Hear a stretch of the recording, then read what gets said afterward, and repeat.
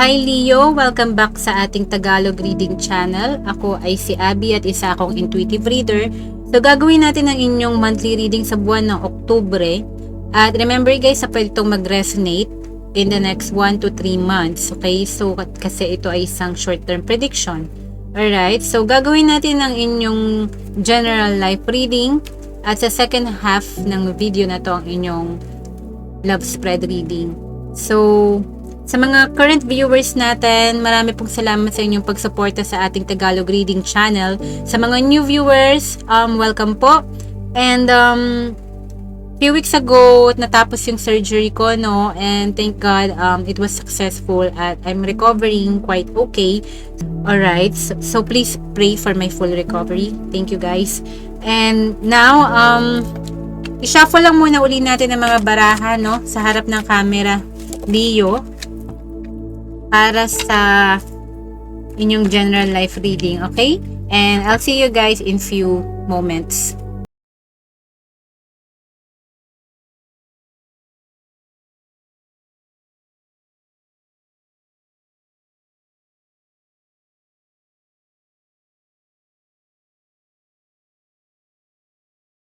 So hi again Leo. So kukuha tayo ng 7 baraha para sa inyong general life snapshot, no? Titingnan natin yung mga bagay na kailangan yung i-release, ipagpatuloy, manifestations, new beginnings, mga current energies na nakapalibot sa iyo ngayon, no? Sa buwan ng October 2023 onwards, kasi short-term prediction to, at mga lessons na dapat mong matutunan o maaaring natutunan mo na rin by now. Okay? Kuha tayo ng 7 baraha at i-clarify natin kung kinakailangan yung mga cards ninyo. Okay?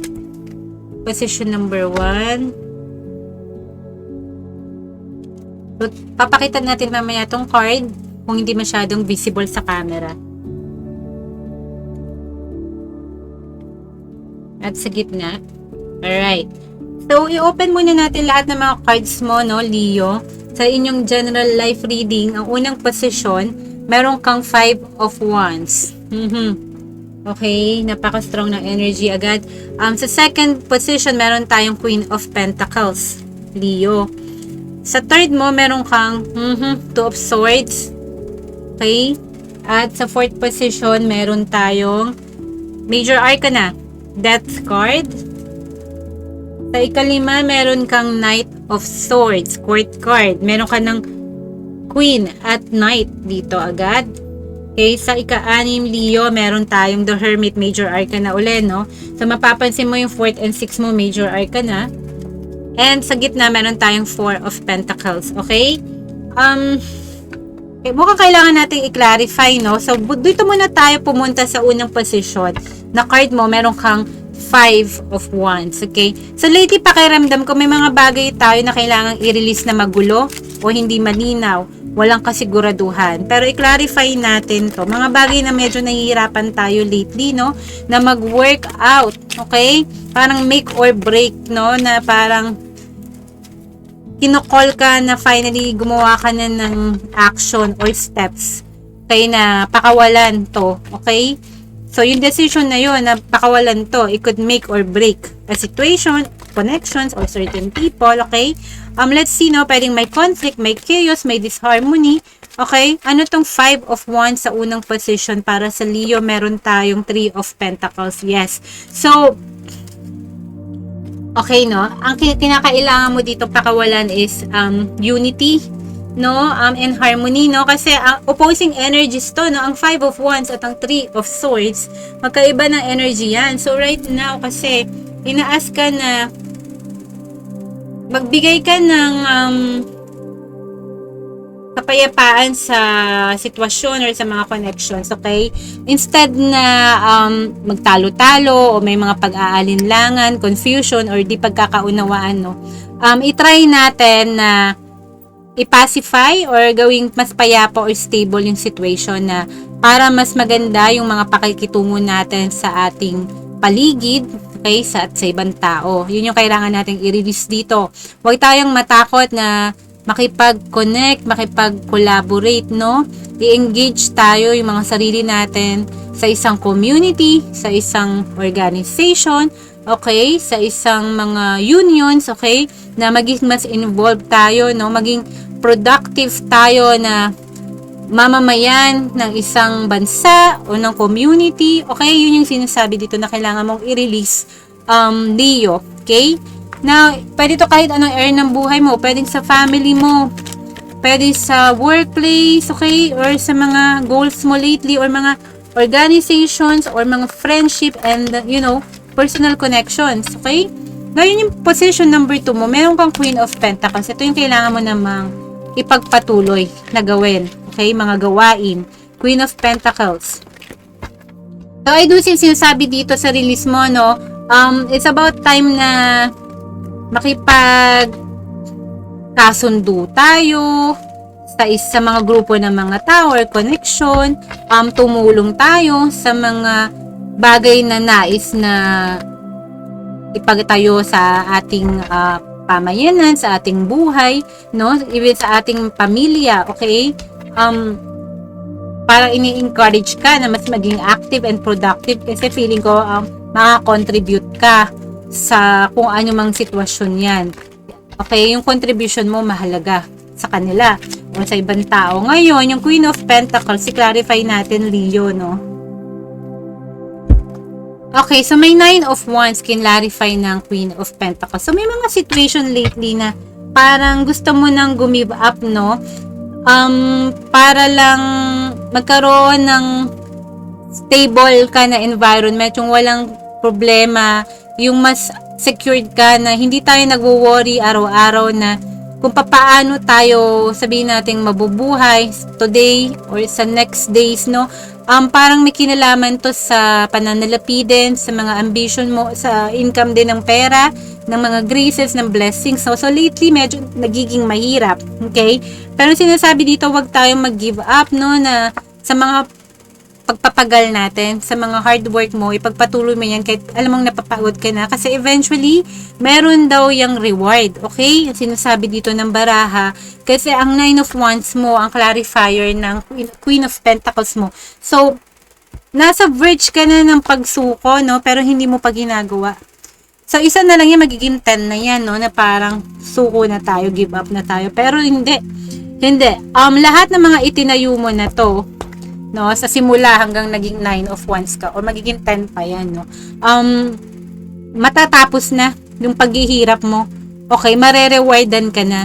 Lahat ng pagpapagal mo, kung sa business may yan, or may something ka na ginagawa ngayon na parang ang hirap-hirap ma-accomplish or matapos, or ang tagal mo nang ginagawa, no? Ang dami mo nang ininvest na time, energy, effort, oras doon, no? Nakikita ko na malapit mo nang makamit yung security, yung abundance na deserve mo after nung endeavors or sitwasyon na yon, okay? May magandang kakalabasan yon. Yun yung kailangan mong ipagpatuloy, okay? Ngayon, Leo, sa manifestations mo, meron tayong, papakita ko lang, 2 of Swords, okay? Clarify natin ang 2 of Swords sa Leo. Okay, may tinatry kang i-manifest na hindi mo pa sigurado kung ano, okay?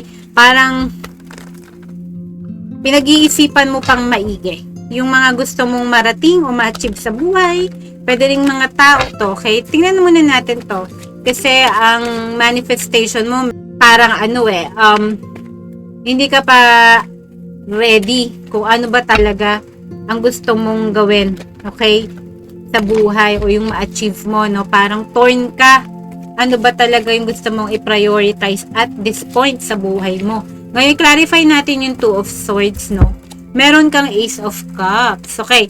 So, alam nyo guys, yung 2 of Swords, kinlarify ng Ace of Cups. So, sabihin natin, for example, sa love connection, no?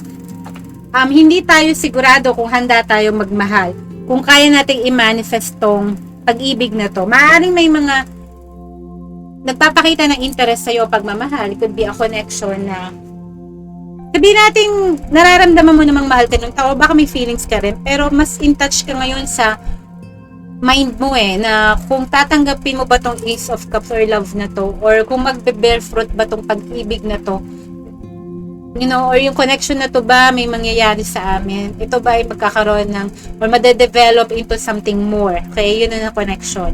So right now, neutral, no, hindi sigurado kung anong dinadala nitong bagong oportunidad sa'yo ng pag-ibig. Pwede rin, alam mo yon, reconciliation sa surroundings mo, sa mga tao, no? It could also mean na parang iniisip mo ba kung bibigyan mo ng second chances or ng reconciliation, no? Or ipapatawarin mo ba yung mga taong humihingi ng patawad sa'yo, or ikaw ba mismo sa sarili mo gusto mo bang humingi ng kapatawaran? No, vice versa, i-reverse mo yung situation.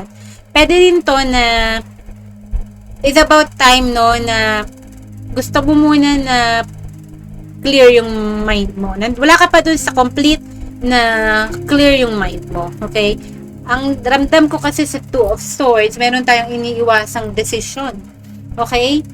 Tungkol sa something na emotional. Okay? Iniiwasan natin, medyo avoidant tayo. No? So, yung manifestation natin sabihin natin sa ating mga dinedesire ng ating puso, medyo naka-pause or may delay. Okay? Kasi ikaw mismo sa sarili mo, pinag-iisipan mong maigi itong emotional need na kailangan mo. Ito ba yung deserve ko? Okay? Ganon.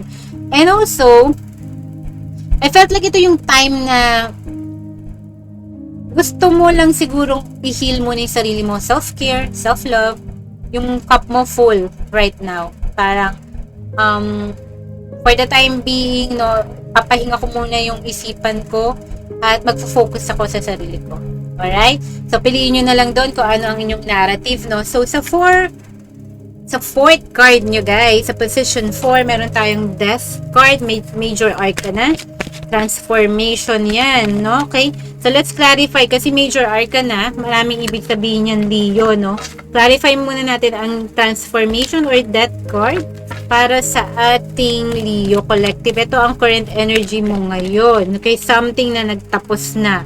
Okay? May nagtapos na recently na sa buhay mo. At kinlarify ng 8 of Wands. Okay. So, sabihin na natin, it's not over until it's really over, no? May area sa buhay mo na tinapos mo na, pero it seems like na magkakaroon ng rebirth or magkaka-regenerate, no? May second chance. Kasi may papasok dito na communication or news. Okay? Ang 8 of Wands, hindi ko masasabi kung good or bad yan, but it feels like something na related sa desires mo, no? Something passionate or soulful. Ganon yung message na papasok dyan. So, yung message na yon is enough para magkaroon ng regeneration or rebirth sa something na nag-end na at namatay na. Yun yung akala mong tapos na, hindi pa pala. Okay? Yun yung current surrounding energies right now. Short-term prediction to. So, pwede tong mag-resonate from October to December. Okay? Now, sa ikalimang baraha, meron tayong Knight of Swords. Okay? Ano yung kailangan nating ibigay sa ating sarili, sa community, sa ibang tao, sa ating Panginoon, sa universe, kung ano man ang belief system natin. Ano yung kailangan mong ibigay? Knight of Swords daw. Let's clarify this. Okay? Ano po tong Knight of Swords? Knight of Swords. Okay, clarify natin ang Knight of Swords. Para sa Leo, mayroon kang 6 of Cups. Hindi mo pwedeng i-make up, no? So, yung Knight of Swords at 6 of Cups ay may tao na babalik, magre-reconnect kayo ng taong to. Could be a family member, kahit ano pa yan. Anak, kapatid, kaibigan, personal lover, okay? Or personal relationship mo sa ibang tao, business partner, something na re-reconnect Kasi meron ka nga 8 of Wands, okay? So, I feel like, no guys, pakita lang natin, no? In alignment siya. Okay? I feel like, in alignment yung 4th and 5th position mo, dahil sabi ko, di ba, may message na papasok dito, something na rewarding, soulful, passionate, exciting, no? Yung second chance na to. Ito, manggagaling to sa kilala mo na in the past, okay? Yun ang sasabihin natin dito. Paring na-miss tayo, there's longing, yung mga nire-reminis nila yung old times, gusto uli nilang balikan, gusto uli nila ng second chance na makipag-connect sa'yo. Okay? Ngayon, kinlarify niya yung Knight of Swords. Okay?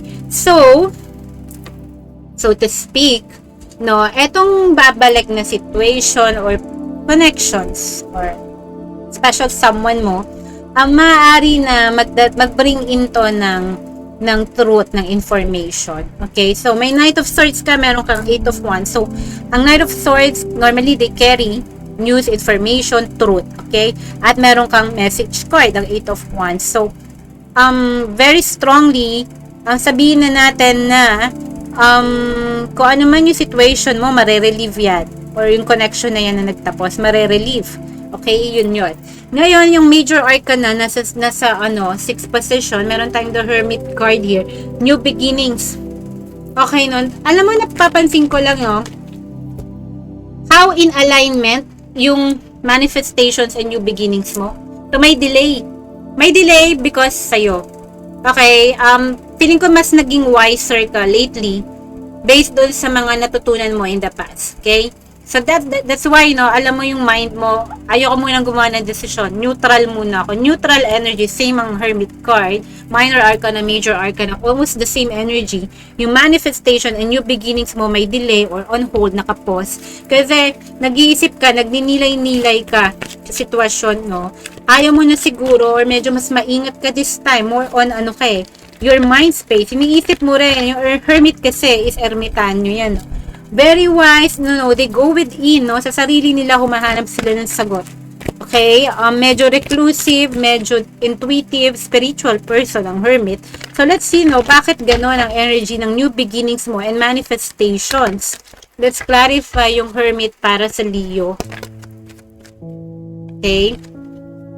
Clarify. Oh, sorry, hindi tayo kuha ng lumilipad na baraha, guys, kasi sa traditional practice ng tarot, we need to honor the card at i-layout sila respectfully. Okay, clarify natin ang Hermit. Okay, yung Hermit mo can clarify. Wow, Ace of Swords. Yung sinabi ko, guys, parehas ng energy, diba? Two of Swords, Hermit, tas Ace of Cups. So, naka-hold talaga yung beginning, Yung Ace of Cups mo, mga naka-hold, at Ace of Swords. Naka-hold. Ayaw mo i-entertain tong papasok na opportunity na maaaring makapagpasaya sa'yo at magbibigay ng clarity. Or maaaring, ngayon, nasa harap mo yung mga yan, yung sitwasyon na yan. Okay, pero masyado kang contemplative, nag-iisip ka masyado. Nag-meditate ka. So, ayaw mong gumawa ng action right now. Actually, ang non-action, pag wala kang ginawang action, is basically an action kasi more on inner work ka ngayon. Kaya nakadelay ang new beginnings mo. Wow. You cannot make this up, guys. Galing. Okay? Ngayon, for some reason, baka kailangan mo ng inner work. Kalmahin yung isip, zen, mag-retreat ka, alam mo yon, mag-soul searching ka muna. Okay? What do you really want? Gusto mo ba talaga itong mga new beginnings na to na ino-offer sa'yo or hindi? Ganon. Ngayon, meron kang 4 of Pentacles sa gitna, Leo. Clarify natin itong 4 of Pentacles para sa Leo, Tingnan natin. So, 4 of Pentacles, Leo, I can clarify ng 2 of Wands na naman. So, may 2 of Swords ka. So, okay, So, meron ka ring decision na hinuhold talaga sa sarili mo lately. Yung mga desires mo, ambitions, dreams, mind yan. Kahit saan, So, parang takot tayong gumawa ng desisyon. Medyo close off ka. Yan ang natutunan mo. Nakikita ko sa spread mo, Kitang-kita sa spread. Yung 5 of Wands, yung 2 of Swords, 9 of Wands, yung Death card, and then, may Hermit, Kitang-kita, So, ano yung fear? Medyo close off tayo. Parang sinisave natin kung ano man yung natitira sa atin ngayon muna. Ayaw nating i-invest or ayaw nating i-invest or spend yung time, energy, effort, even yung mga material things natin, sa mga situation and people right now. Okay? Iniingatan natin yun. So, ayaw natin gumawa ng basta-bastang desisyon. Kahit man travel yan, migrate, mga big decisions, iniiwasan mo muna. Okay? Which is good, magandang pag-isipan. Hindi yung basta-basta na gumagawa tayo ng desisyon na hindi masyadong pinaglalaanan ng panahon at oras, Kung ito ba yung gusto natin or anong plano. Okay? Maganda yung energy na ganun naman. Anyway. Alright. So, sana nag-resonate kayo sa general life reading yung Leo. Ngayon, kukunin muna natin yung mga barahay. So, shuffle natin sa harap ng camera bago natin umpisahan ang inyong love reading. See you again later, Leo.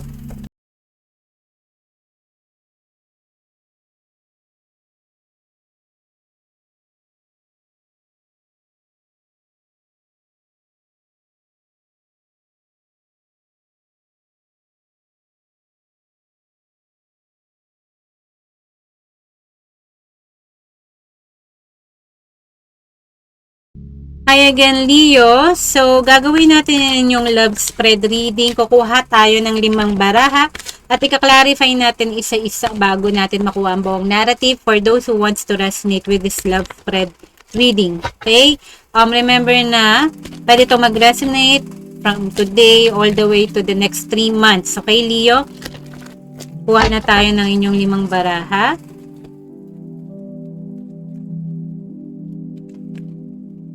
Alright. First card, Leo, meron tayong Magician, Major Arcana. Nice.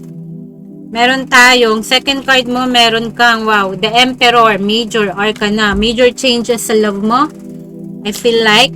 And meron kang Temperance, 3 Major Arcana. Okay. And then, meron kang, Ten of Wands. Alright. At meron tayong Ace of Cups. Okay, so strongly connected dun sa first spread reading nyo. Pwede kasing love connection pa rin talaga yung kanina.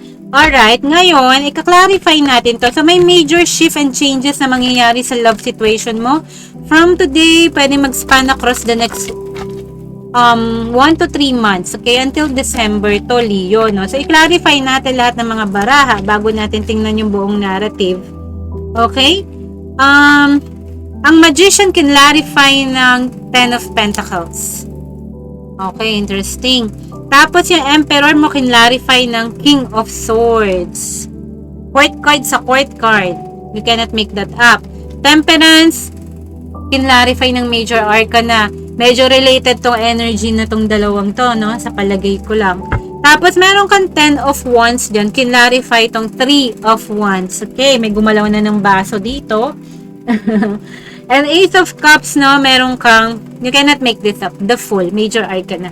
Okay, sa love situation mo, could be your person or ikaw, no, may magtitik uli ng risk dito, mag-open up uli yung sarili niya na magmahal. Kasi nakita nyo yung position number 3 sa manifestations nyo, medyo neutral yung energy mo sa Ace of Cups, no, sa new beginnings, no, new opportunities also pagdating sa romance and love. Finally, no, makakawala ka pala sa energy na yun, kasi magte-take ka uli ng risk sa bagong pag-ibig or bagong simula. Pwedeng sa bagong tao or the current person mo or nakaraang tao. Okay? Ngayon, yung sabi ko dito, may gumalaw ng baso, no? Kasi, yung 3 of Wands mo, finally, gumawa ka na nga ng decision. Okay? Gumawa ka na ng decision after na may nagtapos na situation na mahirap sa'yo. Yung connection mo has been difficult, no? Tinatry mo talagang isalba, isave yun, no? Tinatry mo pang buhayin, no? Pero talagang sobrang bigat na. Sobrang hindi mo na kaya. So, may ginawan ka ng desisyon na tapusin na. Okay, yun ang ginalo na ba? So, guys. At finally, no? Magiging ready ka ulit. The Fool's energy. Nakakawala ka dun sa energy na yun in the past or sa current situation mo. Okay? Don't worry, magiging risk taker ka pa rin sa pagmamahal. Okay? Nakita mo siya, mayroon siyang soul journey. Okay? Ready pa rin siya sa kanyang next quest para sa paghahanap ng true love niya o yung something na makakapag-fulfill sa kanya. Okay?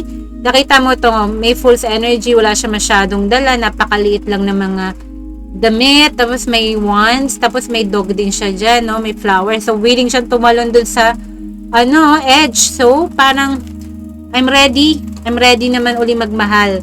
Kahit paano mangyari dyan, kasi lahat naman ng sumusubok sa pag-ibig may risk, okay? Ngayon, ang tinatry mo kasing i-manifest dito, kung kanina, yung manifestations mo, takot ka, na magkaroon ng beginning. But since, no, magta-transition ka, no, may Ace of Cups nito can clarify ng the Fool. Minamanifest mo tong long-term commitment or stability and security from a connection. Yun yung gusto mong mangyari. Manifestation to, guys.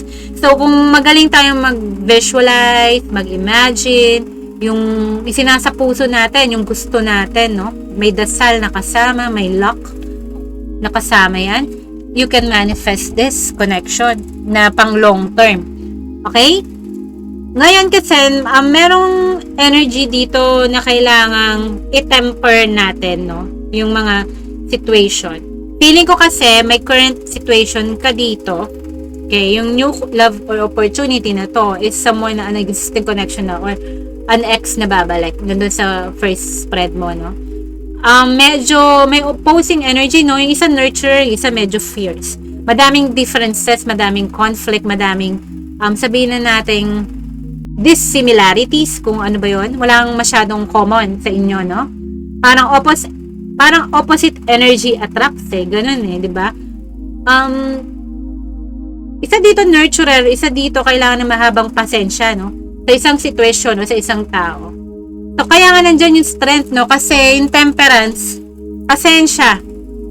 Okay?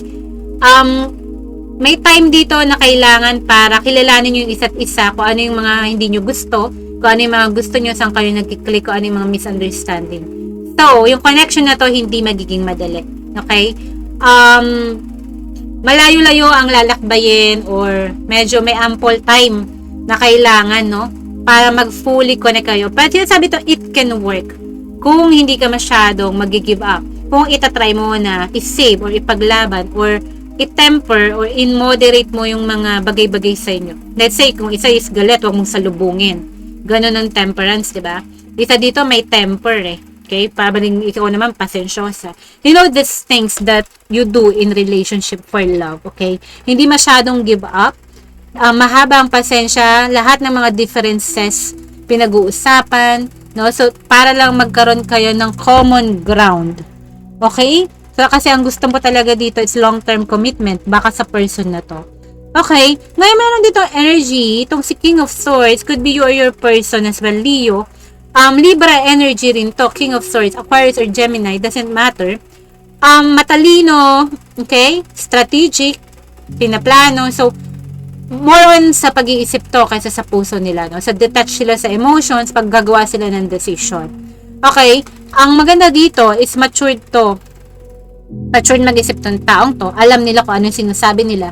Alam nila kung ano yung pinaglalaban. Okay?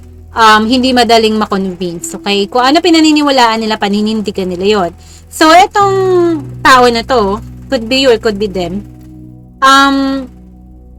maaaring makapagdala sa'yo ng, ng mas peaceful na environment. Pwede nga ito yung strength card nga, no? Si Lion din tong si Emperor, nararamdaman ko kasi medyo strong ang personality, no? King of Swords ka, Emperor. Basically, hindi sila kailangang i-maneuver or i-manipulate, eh, no? Hindi sila madaling ma-convince. Okay? Nakikita nila, nauunawaan nila, alam nila kung anong kailangan nilang gawin. Okay? Sa relasyon, sa connection. Okay? Hindi mo kailangang i-babysit to. Except na, kailangan mo lang talagang aralin, no? Yung atake mo sa partner mo, no? Para mag-meet kayo at the center of all it, sa may common ground. Okay? So, ang maganda naman sa person mo, ikaw to, is matured, no? Very logical, okay? And may ambition, may plano, okay? Yun ang Emperor dito. So, I do see na ang sinasabi dito, maaari mang maging mahirap sa ngayon, pero I think naman hindi magiging, alam mo yun, wasted connection to, no? It will not be put in vain lahat ng mga pinagdaanan mo na ring hirap sa connection na to or itong person mo, vice versa the situation. I-reverse nyo yung situation. Alright? So, sana nag-resonate itong reading na to sa inyo, Leo. I see you guys sa next month reading nyo sa November. Take care. God bless. Mahal ko kayo, Leo. Bye!